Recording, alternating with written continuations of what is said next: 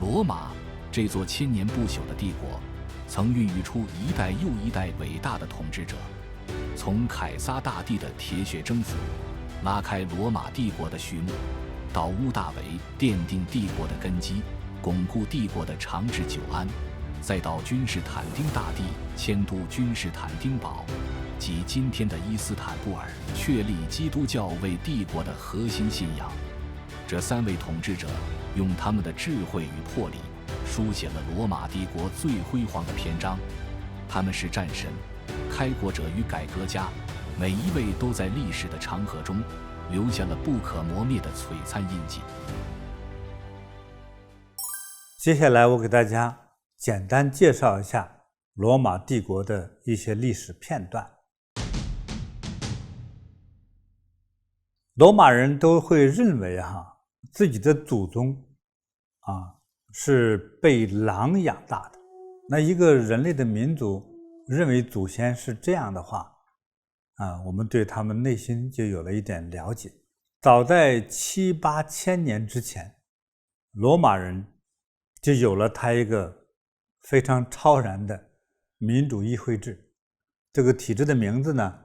也叫元老会。那么什么样的人可以成为这个元老会中的这个元老呢？他们吸收这个大族的这个长老、这个负责人成为这个元老院的元老，也就成为国会议员。那么还有一部分呢，他们会吸收了一些代表着民间的一些普通人或者贫苦人的一些代表。那比如说是较好的石匠、较出名的艺术家、木匠，甚至是很出名的铁匠，一些杰出者。他们开会的时候就是一个圆圈所以每个人这个权利和席位都是平等的。这个决定事务的权利是按票数的多少，你看非常的公平，非常的民主。你看它多先进呢。它正是因为有了这样的一个非常先进，看起来也有点近乎于比较公平的这种状态，所以很快它也吸收了很多的部落的参与。那个时候很多的地区欧洲很多地区还没有这个国家概念，所以离得不远的地方，经过人介绍之后，就有些长老来加入，成为这个元老院的议员的时候，它自动就变成了大罗马的一部分。那带给各个部落的好处呢，一定是很多。比如说首先一个，你是被保护的。如果你那里发生什么天灾人祸之类的，整个国家的能量都会支持你，这个对每个部落都是有好处的事情。所以这里头既有富人贵族，也有很多根本就是普通百姓，各方的利益呢都是均衡了，都能照顾到。罗马帝国呢慢慢变得就比较大起来。当然它并不是说不用军事的行动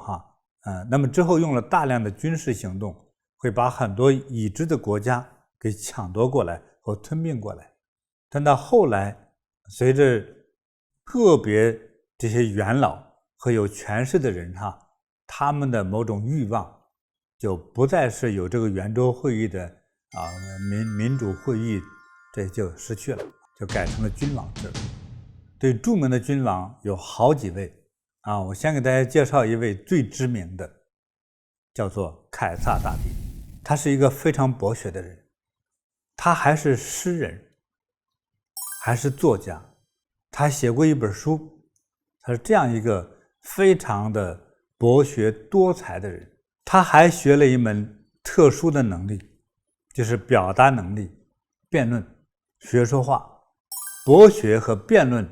在他后来的政治生涯之中给他带来了无限的利益。他在37岁的时候就已经成为了元老院的执行大法官这个职务非常了不起。也就是他有了这样的一种名头的时候他的权力已经超过了元老院之中的其他元老的权力。凯撒还是一个军事天才，他为这个罗马帝国开疆扩土立下了汗马功劳。他亲自率领军队去征服了高卢。那么这个高卢地区呢，就是现在来说就是法国、比利时、瑞士、意大利的某些部分。收获了很多财富啊，还有奴隶，甚至是好的工匠。也因此呢，他成了战争英雄，那是罗马人心中的大英雄。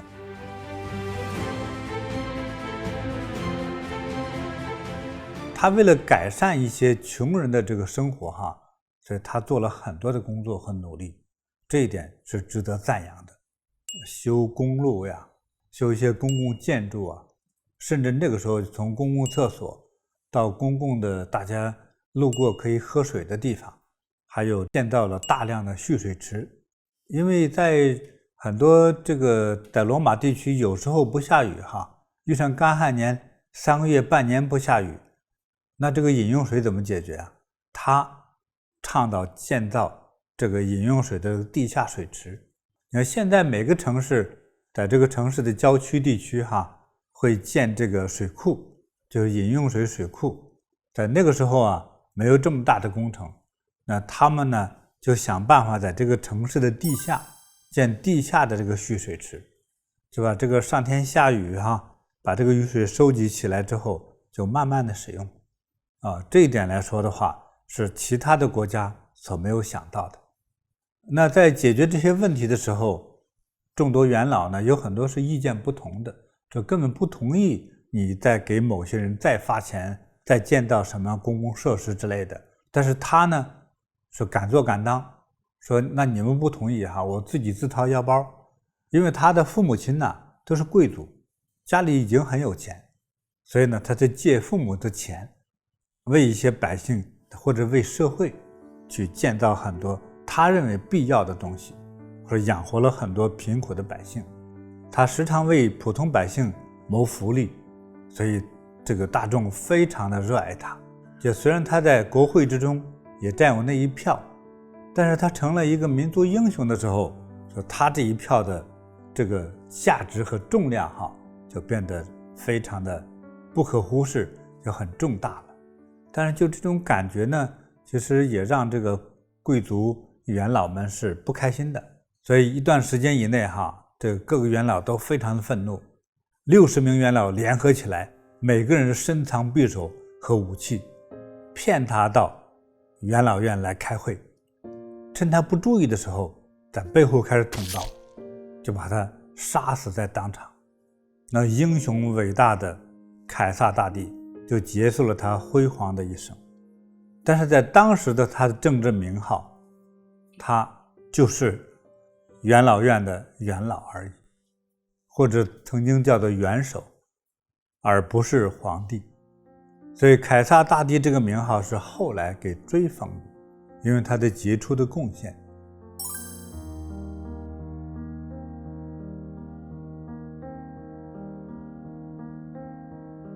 我再给大家介绍一位罗马帝国历史上非常叫雄才大略的伟人，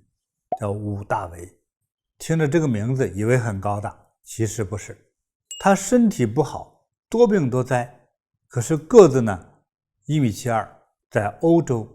这个子显得矮了一些。他呢还比较内涵内向，害羞。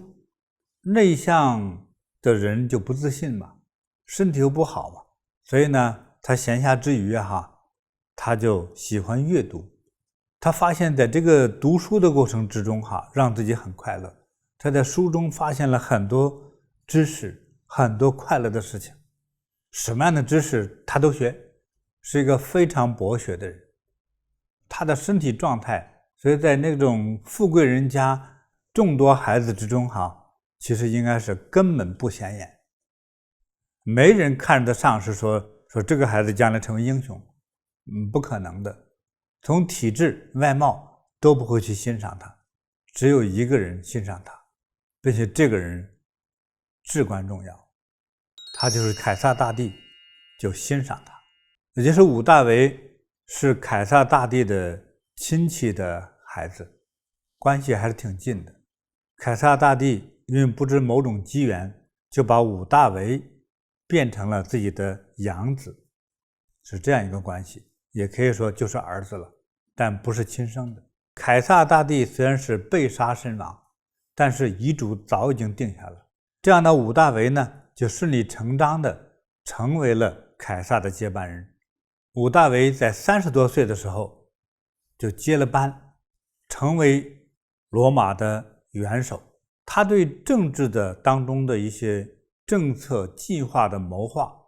这个能力和洞察能力是最厉害的。他更厉害的地方是，他能够揣摩人心，他能够去揣摩这些元老们的内心的一些想法和感受，这一点比这个凯撒更厉害。凯撒呢，是明着暗着的和元老院的诸位长老们去对抗，可是伍大维呢，不对抗。比如说，你们元老院给我军权去打一场战役，打完仗之后，他把军权公开的就还给元老院。你们害怕的我掌握的军权和某种实权，反而我要公开大大方方交出来，而且真实的交出来，这样让这个元老们呢就觉得，这伍大维这个人不太喜欢这些权利。他还有第3种能力，就是军事能力，就是他的叔叔辈的或者是更长辈的人去所谓攻打埃及，等去了之后，埃及当时的国王负责人是一个女的，长得是比较世界知名的漂亮，就是人们传说中的埃及艳后。凯撒大帝去征服埃及的时候，埃及艳后成为了凯撒大帝的情人，也因此呢就避开了战争。那么之后呢，凯撒大帝回国之后，回了罗马之后，又派他的得力的干将将军安东尼。可是安东尼去了这个埃及之后，又和埃及艳后又搞到了一起。伍大维知道这个整个过程和历史之后，他要的就是征服他的君王，征服这块土地，获得这块土地。就是伍大维带兵到了埃及之后，埃及艳后设同样的招数去诱惑伍大维。伍大维看了这一套都已经厌恶，所以就逼死了安东尼，也逼死了埃及艳后，就征服了埃及，以及征服了埃及乃至埃及周围地区的北非国家，征服了西班牙、奥地利、瑞士等，现在来说就10几个国家都是被他征服的。和所有英明的君王一样，他先征服后教化，就慢慢的从他开始就创造了一个近200年的和平盛世。所以他的领土呢就横跨了这个欧亚非的3大洲。就在他创造的这个和平盛世之后，使他罗马帝国的人口成长为了全世界总人口的1/4之多。就拥有这么大的国家，管理本身成为了一个非常头痛的问题。往往很多的帝王就因为国土太大，人口太多，照顾不到，管理不了手又够不到，太远，所以种种原因就使得越大的国家生活就越困难。那么他和他的智囊团就研究发现了这个问题。那他们是怎么做的呢？就是完善律法和制度。比如说贵族犯错应该怎么处决，百姓犯错应该怎么处决。我们不敢说他就创造了世界绝对公平的国家，他定些法则来，使百姓众生能够去认可他这个法则，才可以得以执行和推广呀。所以我觉得还是相对比较公平的。就开始建立法则之后，他也想到执行是最困难。所以中国人讲就是王子犯法与庶民同罪这个概念从他带头执行。听说他的亲戚，他的孩子也因为犯了法而受到了法律严酷的惩罚。那么这样的话呢，底下的百姓众生乃至贵族犯了错也一样受到法律的制裁。他用这个方法与律条律法来管理这么庞大的国家，才有效的使得这个国家人民就觉得是公平的，是和平的，是安心的，是合理的，使得这个大罗马帝国在他之后繁荣富强了200多年。那他还有一个巨大伟大的贡献，就是加强军事和贸易。他在制定这些策略的时候，其中还有叫贸易策略、税收策略、税收制度的合理性。如果你税太高大家不乐意到你的国家来做生意，对不对？所以税务要优惠。在古代还有一个最现实的问题，就是商品运输的问题。比如说我这里出了玉米了，上千吨的玉米卖不出去这个交通特别烂，从山沟里运不出来，卖给谁只能烂到自己的农地里去，所以变成是投资花费不少，可是呢卖不出去，只能变成牲口的食物。所以他们花了大笔的费用把整个大罗马帝国的这条条大路修的是四通八达。在那个时候他们就真修马路。为什么叫马路呢？骑着马的这个马都能够正常的奔跑和运行。那如果都是泥巴路呢，一下雨马蹄的马腿全陷到泥巴里去了，怎么走呀？所以这个马路的话，它是经过一种就技术加工的路，而不是随便铺平了的土路，至少是有计划有设计的来建造好的，有这个兵马能够经过的道路。商人就拉着马车或者马队驮着货物拉着货物能够通行。所以在那个时候就流行条条大路通罗马，非常有效促进了整个大罗马属下的这个帝国的这个交通运输的极度的方便，是世界其他国家绝对无法可比拟的。就是他管理这么庞大的一个帝国，那并不是每个国都是那么听话的。这条方便的马路也方便他各种这个检查的士兵能够很方便的去通向世界各国去巡回检查各国的各种政治经济的状况，社会的稳定性。遇上不好的他也一样去收拾，至少他用军队去威慑四方，这各个省的这个地方官也不敢轻易的造反。因为经济的发达促使了他军事和工业的发展，强大的军事使外国人不敢轻易的来冒犯，而内在的这些官员不敢轻易造反。又有庞大的交通运输网，就使他的经济极度的发达。所以经常会出现说，在这个没有大理石的国家建造大理石的殿堂，这个就是从他所统治的国家之中的贸易运输造成的。他们在各个方面都领先于世界，其中一个就是建造业。这个国家呢，就对于专业人员、专业石匠、专业建筑师、专业木匠、专业画家等等呢，是非常推崇的。因为这个原因它的这个建筑业，因为建筑用砖用石头所建造的这个建筑物它不是一下就能毁掉的，所建得好能拥有1000年之久。圣索菲亚大教堂就是罗马帝国建造的最辉煌的建筑之一，但这不是唯一的辉煌建筑，这是保留下来最完美的建筑。因为一直有人在使用的，有坏的地方就维修维护，所以才保留的比较完整。所以在整个这个叫做地中海周围地区有很多是由古罗马帝国建造的各种神庙殿堂非常雄伟。现在有很多的这个大建筑只留下了几颗柱子还立在那里，所以有些殿堂那个柱子已经30几米高。在今天在建筑上来说，如果留下有30几米高的柱子，说这个建筑极度的奢华与辉煌。关键是很多国家没法建这么高的柱子，而他们在几千年之前就可以建造。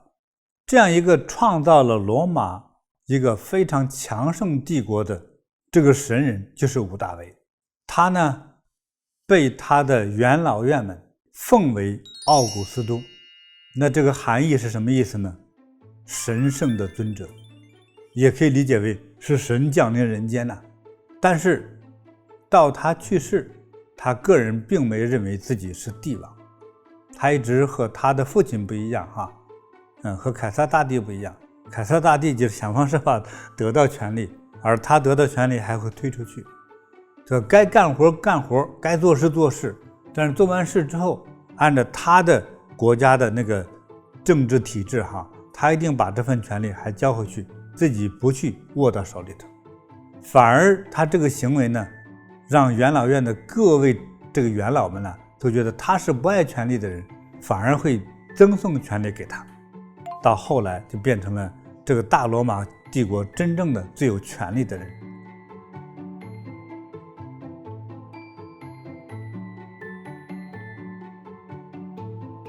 再接下来也不得不向大家介绍一位非常杰出的君王，他叫做君士坦丁大帝。在罗马的某一个时期有一位大君王将罗马治理得还可以，他觉得呢，这么庞大的一个罗马帝国，这一个管理人根本管不过来，他就分封了4个人来共同管理整个大罗马。但是呢，4个人管理的时候矛盾就来了，内战就起来了。内战一起因为它是庞大的帝国使得就民不聊生就是这个人民生活立刻受到了干扰了死了很多人，花了很多钱。这个时候君士坦丁一世出现了，他迅速的将内乱平定下来。他平定内乱之后，他有很多想法。他看到这个现在的大罗马帝国横跨3洲，是一个巨无霸的大军国他觉得原来的这个罗马帝国这个罗马城，这个容量和地理位置就不太适合了。他来到这个伊斯坦布尔之后他觉得这个地方非常适合作为罗马的新首都，他就下令将罗马的皇城迁过来，就迁到了现在的伊斯坦布尔。他开创了这个一个新的这个叫东罗马帝国，历史上也称为叫拜占庭。由此之后，东罗马帝国大约存在兴盛了1000年之久。他还做了一个很重要的事情，就是他推动和接受以及促进传播了基督教，到后来甚至是将基督教奉为了罗马的国教。基督教之中供奉的神是谁呢？据我知道，就是耶稣，就是男的留着胡子钉在十字架上，这就是他一个标准的一个像就是为众生受苦。就那个时候，正是由犹太人和罗马人将他钉上的十字架，将耶稣基督弄死的。300多年之后，这个君士坦丁这个罗马的皇帝当年钉上十字架的他的祖先，可是他的后人又将基督教变成了他的国教，矛盾吧？但是由此呢，让这个基督耶稣的这些传人弟子们叫做激动万分，感慨涕零觉得哇，你真是个伟大的君王因为君王把这个宗教列为了一个国教的时候，使整个这个基督教的这些重要的人士就高人一等受人尊敬过去像逃亡似的去传教，是不是那君王一说你是邪教就打你，在此之前基督教就是邪教，他们一直追着打。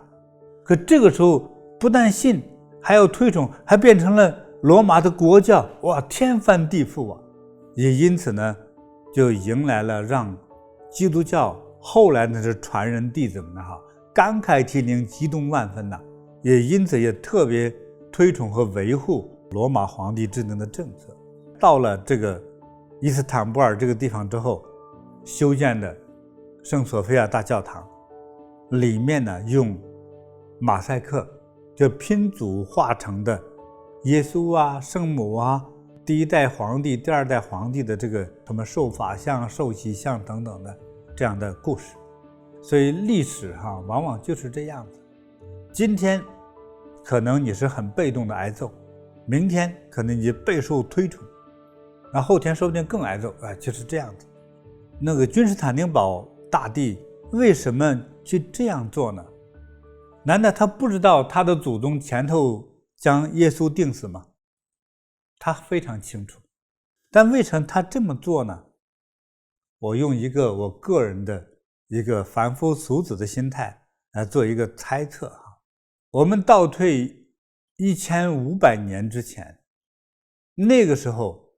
世界人民劳苦大众平均的话有多少人会读信，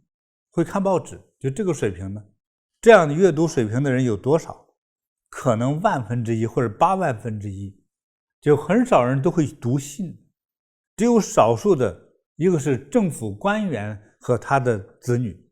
第二个很多宗教的重要的宗教人士，是你要读经吗？这必须要读字，所以才会读字。那一般百姓没有机会读书，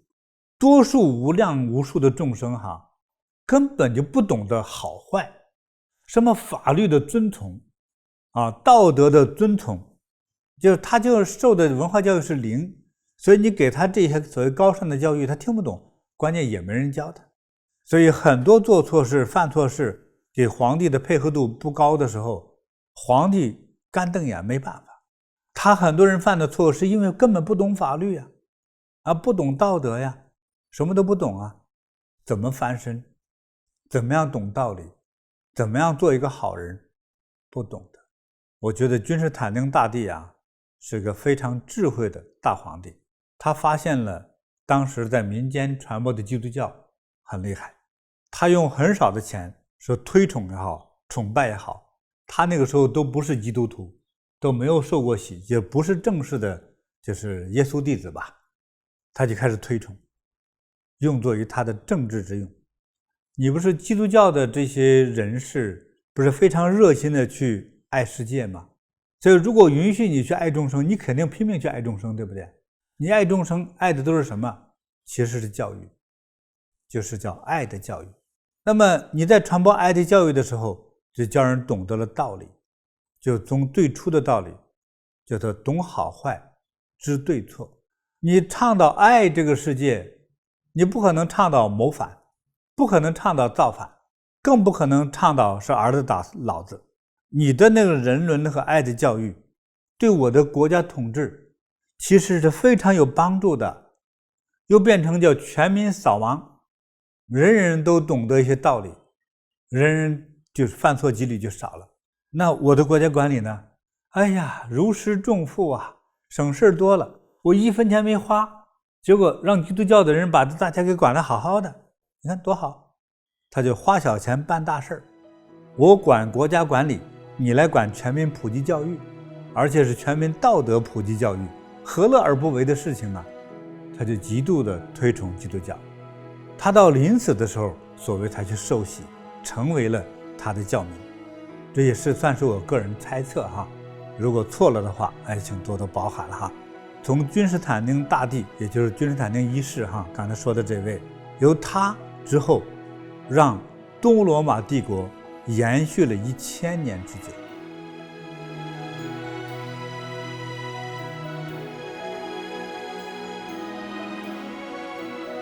但是呢，任何事物在自然规律之中像佛所说，有生则有灭，有起就有落，也就是几百年，应该到了500-600年以后，有一支很强盛的能量，东方人把它称为叫突厥突厥人。那突厥人呢，是游牧的马背上的民族，就很像蒙古人的那种感觉。这个马背上的民族慢慢的越来越强盛，他就善于战争他们慢慢去集结了更多的力量之后，后来成立了一个国，叫做奥斯曼帝国。奥斯曼帝国就专门从原来罗马帝国的手中的这个国土慢慢的去侵蚀，到了君士坦丁第11世，也就已经1000年之后了原来的大罗马帝国的国土到了11世的时候剩下了多少呢？可能1/1000了。原来横跨3大洲，现在就是变成土耳其一个省那么大，一个小地方。它的周边的那些领土都是成为了奥斯曼帝国的国土了。奥斯曼帝国它是政教合一的一种运作方式，所以他们所征服的国家想方设法劝化人民都信奉伊斯兰教，连宗教文化都改了。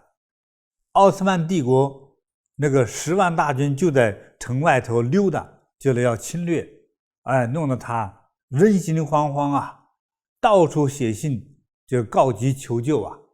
没人帮。他所剩下的士兵有多少呢？7000。一个皇帝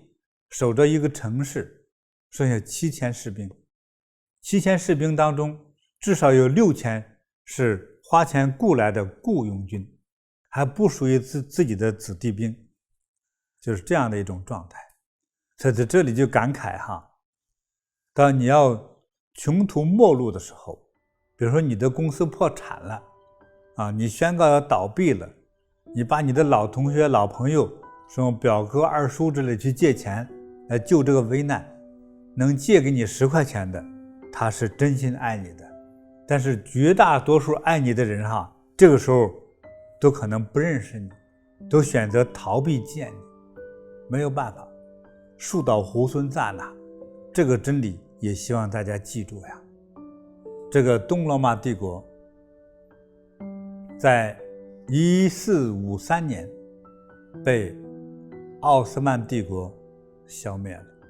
这从此世界上伟大辉煌的罗马帝国从此就再也不存在了。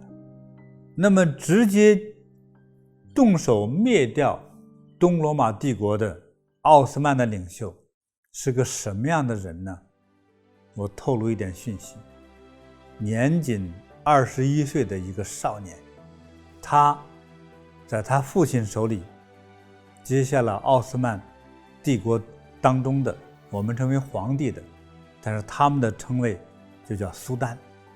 这样的一位君王，年仅21岁灭掉了东罗马帝国。那场战役就在今天的伊斯坦布尔。这位英雄少年是谁呢？且听我下回分解。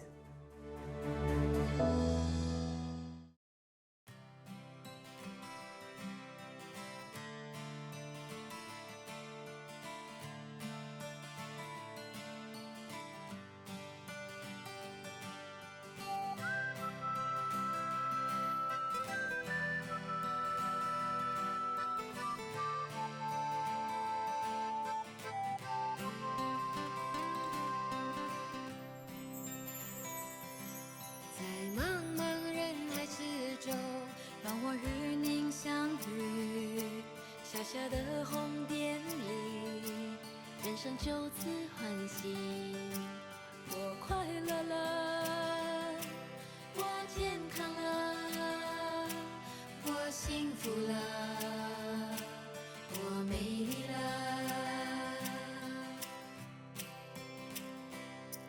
在茫茫人海之中，让我与你相遇。小小的红点里，人生变得神奇，我只会